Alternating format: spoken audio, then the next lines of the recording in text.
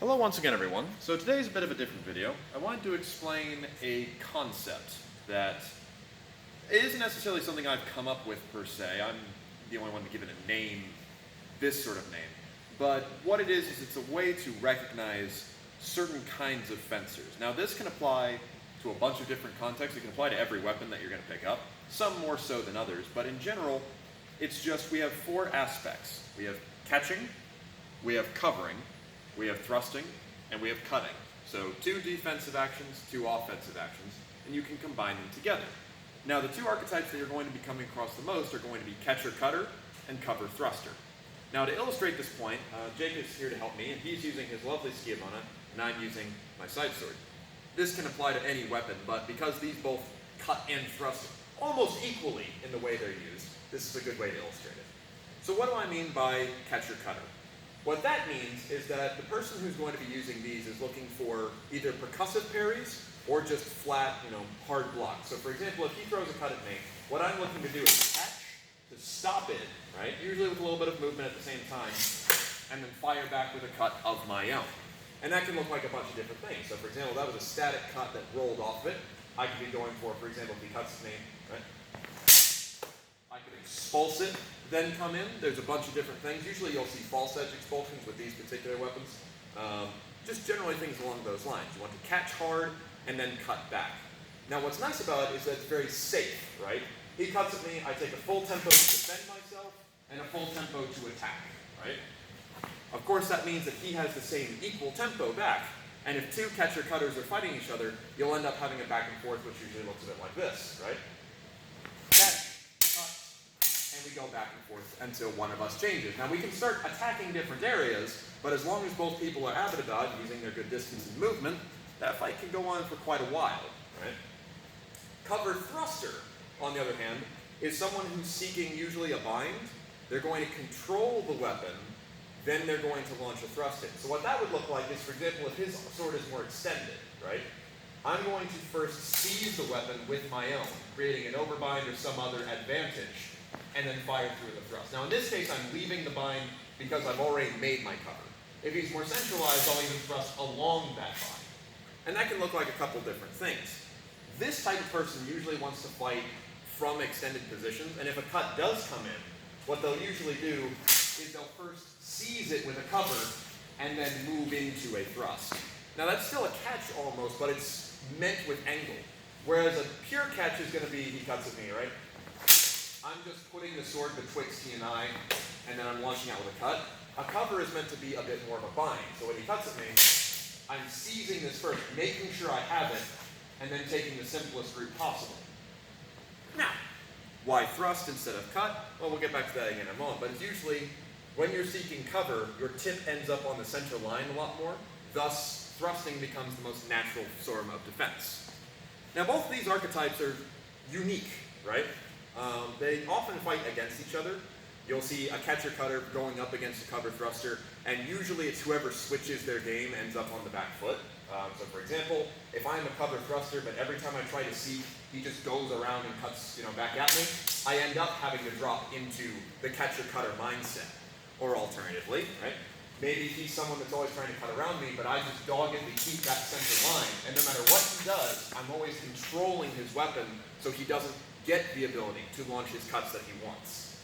Not to mention, especially against thrusts, if he wants to try and catch a thrust, he has to end up covering against me, which in turn means that now he's more likely to thrust, which can play my game, right? So these two will be at odds with each other oftentimes. Now, in regards to why I think this is important and worth talking about is because more often than not, you will notice this within other people. You'll notice like, oh, that guy's just catching and cutting, or that guy's very bind heavy and focusing on the thrust. Now that's not to say that you can't meld these, just that in general you'll find that they tend to branch off of one of these two behaviors. You even find reference to this in other systems. So for example in Messer, you get reference to those who seek the bind, where every time a cut comes in or a thrust comes in, they're reaching out for the sword first and foremost, which is something we can work against. You will find reference to people who just make covers and or are kind of shrinking themselves in, or alternatively those who reach out for the sword to block against it. Various things like that. Or even those that are just going to throw a fury of blows after their defense. Now, this can evolve into two other archetypes, which are going to be the cover cutter and the catcher thruster. These are rarer, but are both equally important, right? So what is going to be a cover cutter? This is someone who's going to bind, create an opening, and then work to somewhere else. So for example, we're in a bind right now, right? So I've made my cover, but I can't cut out of here because he's fighting for me. So to become a cover cutter, I am going to first expulse his weapon downward, which he's expecting me to thrust from a bind, but instead I launch out a cut at a near target.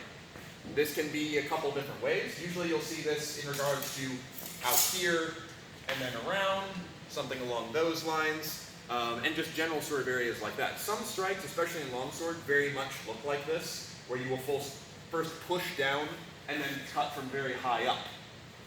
Rarer archetype, and tends to usually come out of someone who is already a cover thruster, and people are becoming wise to it. So for example, if I'm always seeking to cover thrust, he starts to bring his tip more out to prevent me from doing that. So now I realize what's happening, so I'm going to use those covers to set up new attack lines, because he's expecting a thrust off of it, and I change the game. Another example of this would be I'm in the tempo of my self-thrusting, right? So I've covered, I'm extending, and he has now overcommitted, and now it makes more sense for me to cut around. That still kind of falls within the definition. But it's rare to find someone who is exclusively doing it. So like I said, it usually evolves out of cover thruster. The opposite of that is going to be the catcher thruster. This one especially is pretty rare, but is really impressive if you can do it. So what a catcher thruster is going to be is usually it's going to be someone that is looking for single-time actions, right? So for example, if I'm getting, one I'm particularly good at is a cut on this line. So if he's throwing a cut at my high line, I'm catching it and hitting in the exact same tempo, right? Now there are a bunch of different examples. I went for one that I'm very familiar with, right? This type of person is not first binding and then going in. They're intent upon moving themselves within the incoming cut or thrust so they strike in one motion. Another example of this can actually look very similar to a cover thruster, but it's actually a cutter thruster, right? Catcher thruster, where he thrusts at me, and I'm stepping in at the same time. Now, I'm still making a cover, but the idea wasn't to defend and seek. The idea was to go to middle. This type of person you'll see a lot as what is idolized, especially in some systems versus others. For example, the Meisterhau are usually situations that do this. Fiore has a lot of instances of this. But the idea being, you are now going to move your body into the defensive zone, and you're usually using your strong to protect yourself because you're so tight in. Now, where does this person come out of? Usually it comes out of someone that, not necessarily out of catcher-cutter, but sometimes it can. For example, one that I often do with longsword, that I can also do with the side sword, is an attack will come on this line, I'll defend against it, then they'll follow up with attack on this line. Now, I've had to deal with that 1-2 for a decade now, and so I've gotten very familiar with it, right? Now, I can defend, and then I can cut, or I can defend, and then I can thrust. That opportunity is twofold on that side. But as I became more familiar with it, I was like, why am I even taking the tempo to defend on that side? I know he's going to be coming around, so what that turns into is 1-2, where now I'm stepping up into it because I know where it's going. So it's usually can evolve out of a catcher-cutter, but it's more often than not someone who's just become very familiar with where you're going to go via their defenses. And that's a really admirable trait. So basically, now that we've gone over these aspects, how can you recognize them in yourself? And more importantly, how can you utilize this knowledge? Well, a couple suggestions. Number one, generally recognizing it in yourself. Depends upon what system you're trying to work on. For example, when Jake and I usually spar, he right now is much more cut heavy because that's the part of the book that he's working through. He's working through the Opera Nova on his own. I, on the other hand, tend to use this in the style of Meyer's rapier, which means I'm more focused on the thrust. So when we fight each other, more often than not, I am working on cover thrusting. He's more often working on catching and cutting. Now, what that means is sometimes it would be very beneficial for me to focus on the idea of being able to catch and thrust, since most of my actions are going to provoke him to cut around, and if I can take that tempo, I'll be a lot happier. Alternatively, in his regard, if he knows that I'm going to be covering a lot of the time to seek out that thrust, he should perhaps start using cover cut, right? Where now when I go for that thrust, right, he's expulsing me down and then taking it, right? And that's another good thing to be using in regards to cover cutting is you can use it in expulsions on the attack. So if I am attacking at Jake right now, and he uses a cover similar to this to move me offline, and I'm expecting a thrust, but he then goes around with a cut, that's quite difficult for me to deal with, and you can really exploit that. But the point being, sometimes you'll find in a fight, it's like, why is this ending up as, just this sloppy back and forth? Probably you're both playing the same game, and you're not playing it to its full extent. You may want to switch your game. You may be able to just recognize these archetypes in other fencers and play from there, right? There are no hard counters in this. There's just aspects that you can use.